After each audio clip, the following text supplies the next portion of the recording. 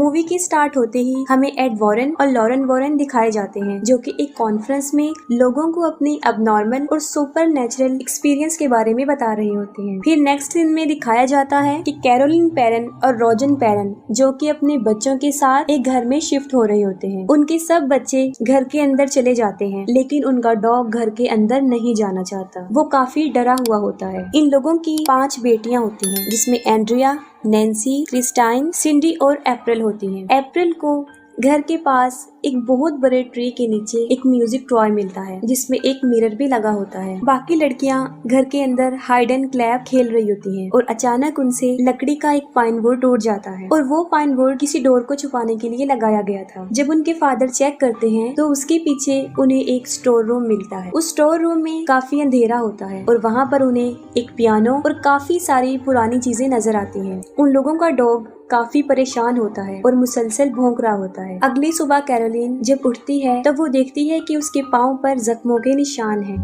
और उनके घर की सारी घड़ियां 3:07 पर रुकी होती हैं और उनकी बेटी अप्रैल को उनका डॉग बाहर मरा हुआ मिलता है। इसके बाद अगला सीन हमें एड वॉरेन के घर पे गोस्ट म्यूजियम में दिखाया जाता है। वहाँ एड के साथ एक प्रेस रिपोर्टर भी होता है। वहाँ पर वॉरेन प्रेस रिपोर्टर को ये बता रहा होता है कि इस म्यूजियम में जितनी भी चीजें हैं वो सारी जिन्नात की भूतों की हैं या उन्हें जादू टोनों में इस्तेमाल किया गया है और ये गोस्ट महीने में एक मर्तबा यहाँ आके प्रेयर करते हैं। फिर एड उन्हें एक एनाबेल डॉल के बारे में बता रहे होते हैं। वो बताते हैं कि इस डॉल में एक बहुत बड़ी शैतानी ताकत जिसने इसे अपना सोर्स बनाया हुआ है। इसके बाद फिर हमें वो फार्म हाउस दिखाया जाता है, जहाँ पर जैसे ही 3:07 होते हैं घड़ी वहीं पर रुक जाती है और ठीक उसी वक्त बुरी चीजों का टाइम शुरू हो जाता है। फिर क्रिस्टीन जब अपने बेड पर सो रही होती है तब कोई जोर से उसका पाँव खींचता है और इसके साथ उसे बहुत गंदी स्मेल भी आती है। सिंडी को नींद में चलने की आदत होती है और वो नींद में चलते चलते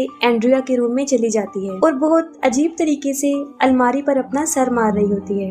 अगले दिन सुबह को कैरोलिन की बॉडी पर एक और जख्म का निशान दिखाई देता है। रॉजर जब घर से बाहर जाता है तब वो देखता है कि ट्री के ऊपर एक कबूतर मर के नीचे गिरा है। ये देखकर वो काफी हैरान हो जाता है और जाहिर है ये बात उस चीज की तरफ इशारा कर रही थी कि वहाँ पे किसी शैतानी ताकत का कब्जा है। और घर पर अप्रैल और कैरोलिन अकेले होते हैं। तब अप्रैल किसी से बात कर रही होती है, लेकिन वहाँ पर कोई भी मौजूद नहीं होता। फिर अप्रैल कैरोलिन को हाइड एंड क्लैप खेलने का कहती है और कैरोलिन उसे ढूंढते हुए जब एंड्रिया के रूम में जाती है, वहाँ पर अलमारी खुद ब खुद खुल जाती है। अलमारी में से हाथ को कोई बाहर निकाल कर क्लैप करता है।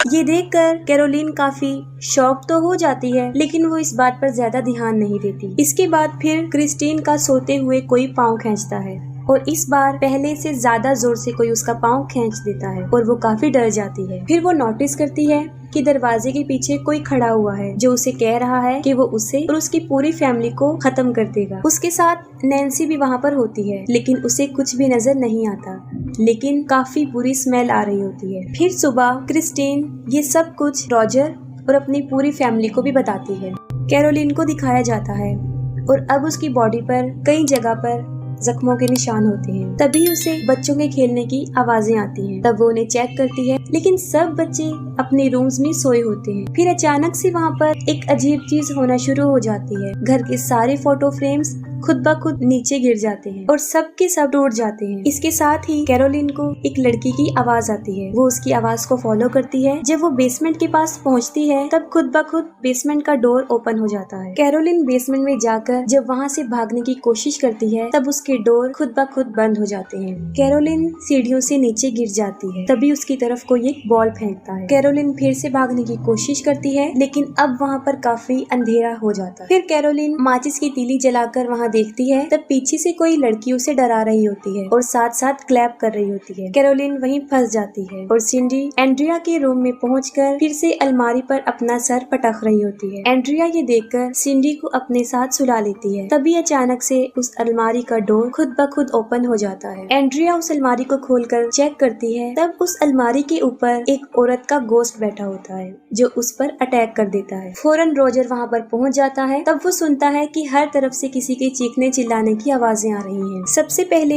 वो बेसमेंट का दरवाजा खोलता है और कैरोलिन को वहाँ से निकालता है। वो दोनों बेसमेंट से बाहर आके ऊपर जाते हैं और अपने सब बच्चों को एक जगह इकट्ठा कर लेते हैं। अब वो काफी डर चुके होते हैं। फिर नेक्स्ट सीन में एक यूनिवर्सिटी दिखाई जाती है जहाँ पर एड वॉरेन सुपर नेचुरल चीजों के बारे में लेक्चर दे रहे होते हैं और उन्हीं ऑडियंस में कैरोलिन भी सुन रही होती है। लेक्चर के खत्म होते ही कैरोलिन एड वॉरेन और लॉरेन वॉरेन के पास जाती है और उन्हें रिक्वेस्ट करती है कि वो उनके घर पर आए, जिस पर एड और लॉरेन उनके घर चले जाते हैं। तब कैरोलिन और रॉजर उन्हें सारा माजरा बताते हैं कि हालात दिन ब दिन बिगड़ते जा रहे हैं। वो बताते हैं घर में गंदी स्मेल आती है, रात में 3 दफा दरवाजा नॉक होता है और सुबह होकर बंद हो जाता है, और जो भी बर्ड उनके घर पे आकर बैठता है सुबह उनके गार्डन में मरा हुआ मिलता है। घर की सारी घड़ियां 3:07 पर रुक जाती है। उनके जवाब में एड उन्हें बताता है ये सब कुछ वहाँ पर शैतान होने की तरफ इशारा कर रहे हैं। इसके बाद वो लोग बेसमेंट में जाते हैं और वहाँ पर जाकर लॉरेन समझ जाती है कि यहाँ पर कुछ अच्छा नहीं हुआ और उसी जगह पर काफी बुरे हालात हो चुके होते हैं। एड उस घर में होने वाले सारे इंसिडेंट्स का कैरोलिन से पूछते हैं और उन सब बातों को रिकॉर्ड कर लेते हैं। दूसरी तरफ लॉरेन अप्रैल से उसकी एक फ्रेंड के बारे में पूछ रही होती है, जिस पर अप्रैल उसे वो म्यूजिक टॉय दे देती है। जब लॉरेन उस म्यूजिक को प्ले करती है तब वो देखती है कि उसके मिरर में एक छोटे बच्चे की सोल है और वो उसी बच्ची रोरे की होती है, जिसके बारे में अभी वो अप्रैल से पूछ चुकी होती है। वो लोग फिर उस दरख्त की तरफ जाते हैं जहाँ पर उन्हें ये म्यूजिक टॉय मिला था। तभी लॉरेन वहाँ पर उस गोस्ट को देखती है जो इस फैमिली को परेशान कर रहा था। फिर लॉरेन कैरोलिन और रॉजर को ये बताती है कि इस घर में एक बहुत बड़े शैतान का कब्जा है और जब वो यहाँ पर आई थी तभी उसने उनको देख लिया था और ये एक काले शैतान की रूह है जो बड़ी ताकतवर है। वो उन्हें बताती है कि उसने कैरोलिन, रॉजर और उनके बच्चों के पीछे भी इसके साय को देखा था।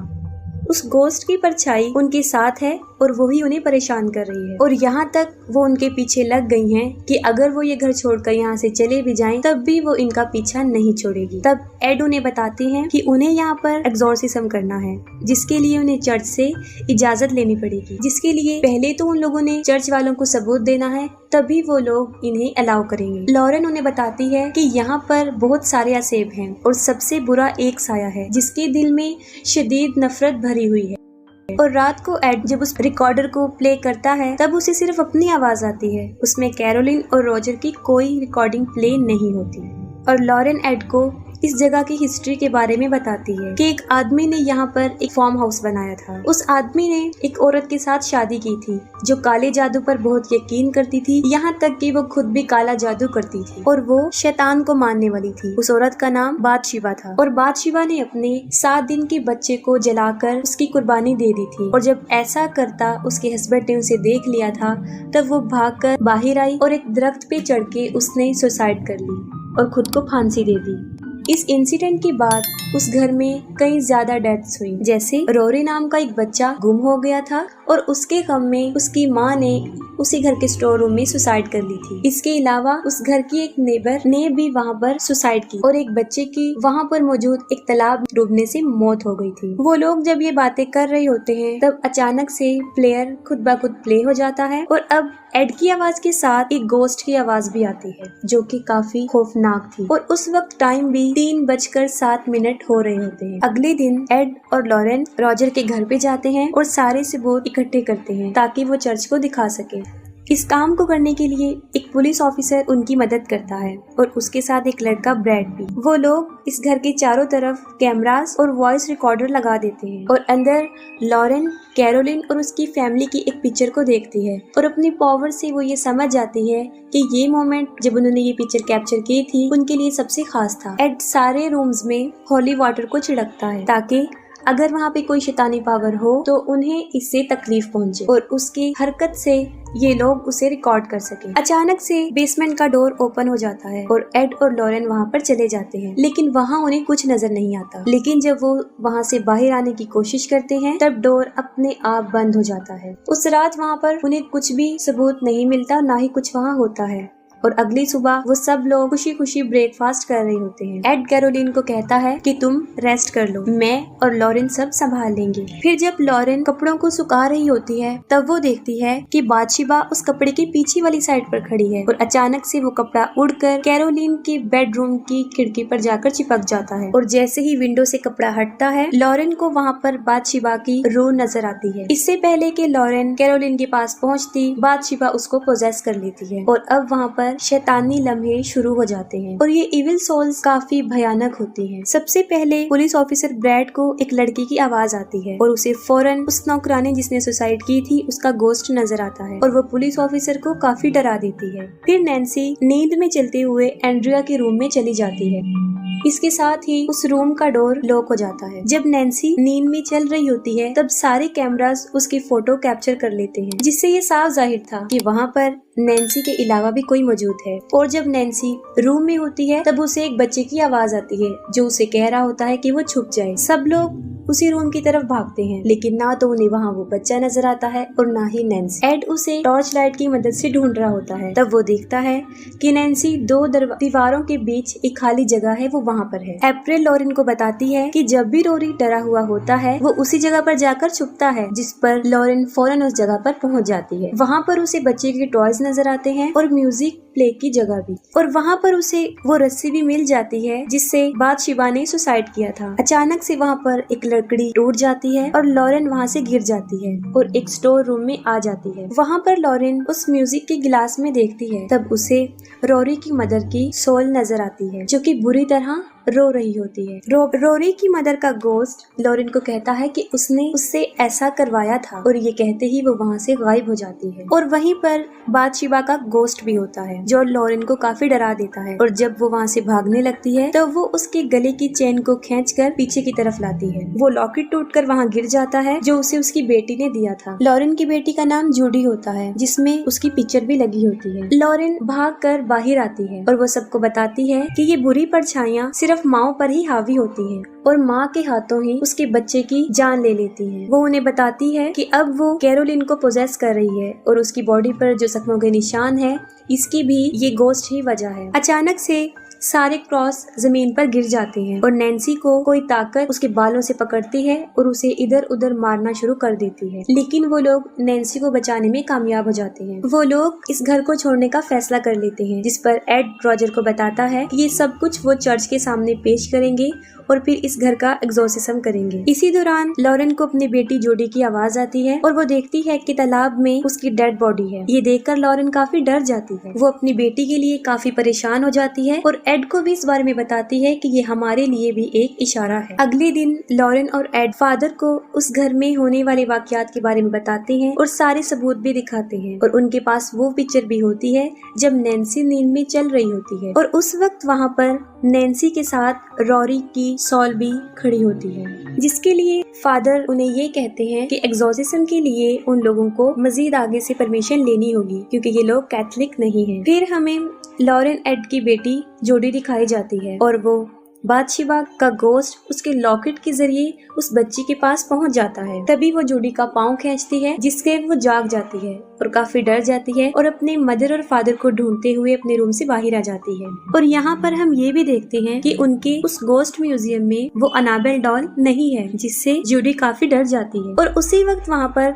बादशिबा नजर आती है जिसकी गोद में वो अनाबेल डॉल बैठी होती है। बादशिबा जोडी को डराती है और उसे नुकसान पहुंचाने की कोशिश भी करती है, लेकिन बिल्कुल ठीक वक्त पर एड और लॉरेन वहां पर पहुंच जाते हैं और अपनी बेटी की जान बचा लेते हैं। और दूसरी तरफ कैरोलिन अप्रैल और क्रिस्टाइन को अपने साथ कहीं पर लेकर जा रही होती है, और जैसे इस बात का रोजर को पता चलता है वो फौरन एड को इन्फॉर्म करता है। लॉरेन उसे बताती है कि वो अपने बच्चों को लेकर उस घर में जा रही है क्योंकि ये सारी शैतानी ताकतें माओ पर अपना असर जमा कर उनसे अपने बच्चे की डेथ करवाती हैं। और ये सब लोग दोबारा उस घर में चले जाते हैं। जैसे ही ये लोग वहाँ पर पहुँचते हैं तब कैरोलिन क्रिस्टाइन को मारने वाली होती है, लेकिन वो लोग क्रिस्टाइन को बचा लेते हैं और उसे कार में बिठा देते हैं। अप्रैल इस इंसिडेंट को देखकर काफी डर जाती है और किसी जगह पर जाकर छुप जाती है। और जब वो लोग कैरोलिन को घर से बाहर निकालने की कोशिश करते हैं तब वो गोस्ट उसको नुकसान पहुंचाने की कोशिश करता है और कैरोलिन को बाहर जाने नहीं देती। और लॉरेन फौरन समझ जाती है कि अगर कैरोलिन बाहर चली गई तो वो गोस्ट इसको जान से मार देगा, और वो शैतान कैरोलिन को खींचकर फिर से स्टोर रूम में ले जाता है। वो लोग स्टोर रूम में जाकर कैरोलिन को कंट्रोल करने की कोशिश करते हैं, लेकिन ये शैतान काफी पावरफुल होता है और उसकी हालत काफी खराब कर चुका होता है, जिससे उसे कंट्रोल में करना कोई आसान बात नहीं थी। और दूसरी तरफ वो पुलिस ऑफिसर घर में अप्रैल को ढूंढ रहा होता है। कैरोलिन किसी के भी कंट्रोल में नहीं आती और वो एक एक करके सब पर अटैक कर देती है। वो लोग कैरोलिन को एक चेयर से बांध देते हैं और उसकी हालत देखकर एड ये डिसीजन लेता है कि वो फौरन इस जगह का एग्जॉर्सिज्म करेंगे। जैसे ही एड एग्जॉर्सिज्म स्टार्ट करता है, ये शैतान यानी बादशिबा कंट्रोल से बाहर हो जाता है और वहाँ पर शैतानी ताकतें और पावरफुल हो जाती हैं। लेकिन एड नहीं रुकता और वो एग्जॉर्सिज्म के वर्ड्स को मुसलसल बोलता रहता है और फिर हमें एक अजीब मंजर दिखाया जाता है कि वो शैतान इस एग्जॉर्सिज्म को रोकने के लिए उस चेयर को हवा में उछाल देता है और साथ ही उस कुर्सी को नीचे गिरा कर उस कुर्सी को भी तोड़ देता है और इससे कैरोलिन की सारी रस्सियां खुल जाती हैं और वो एड को मुख्तलिफ तरीकों से मारने की कोशिश करती है। और उसी दौरान थॉमस को भी अप्रैल मिल जाती है और जैसे ही कैरोलिन को पता चलता है कि अप्रैल कहाँ पर छुपी हुई है, वो उसे मारने के लिए उसकी तरफ बढ़ती है। लेकिन इससे पहले कि कैरोलिन उसे मारती, एड वहाँ पर पहुंचकर एग्जॉर्सिज्म कंप्लीट करता है और एड बादशिबा को कसम देता है जिसे वो मानती है कि वो वहाँ से वापस चली जाए। लेकिन अभी भी वो शैतान कैरोलिन पर हावी होता है और तब लॉरेन और रॉजर उसकी मदद करते हैं। वो लोग कैरोलिन को उसकी फैमिली और उसकी बच्चों की यादों के सहारे उसे पावरफुल बनाते हैं ताकि वो इस गोस्ट का मुकाबला करे और एट लास्ट कैरोलिन की फैमिली और उसके बच्चों का प्यार उसके लिए जीत जाता है और वो शैतानी गोस्ट कैरोलिन को मजबूरन छोड़कर वहाँ से चला जाता है और कैरोलिन भी अपनी नॉर्मल हालत में वापिस आ जाती है। वो लोग फिर से अपनी जिंदगी हंसी खुशी गुजारने लगते हैं और अप्रैल लॉरेन को उसका लॉकेट उसे वापस देती है और एंड सीन में एड उस म्यूजिक प्लेयर को अपने म्यूजियम में रख देते हैं और इसके साथ ही मूवी एंड हो जाती है।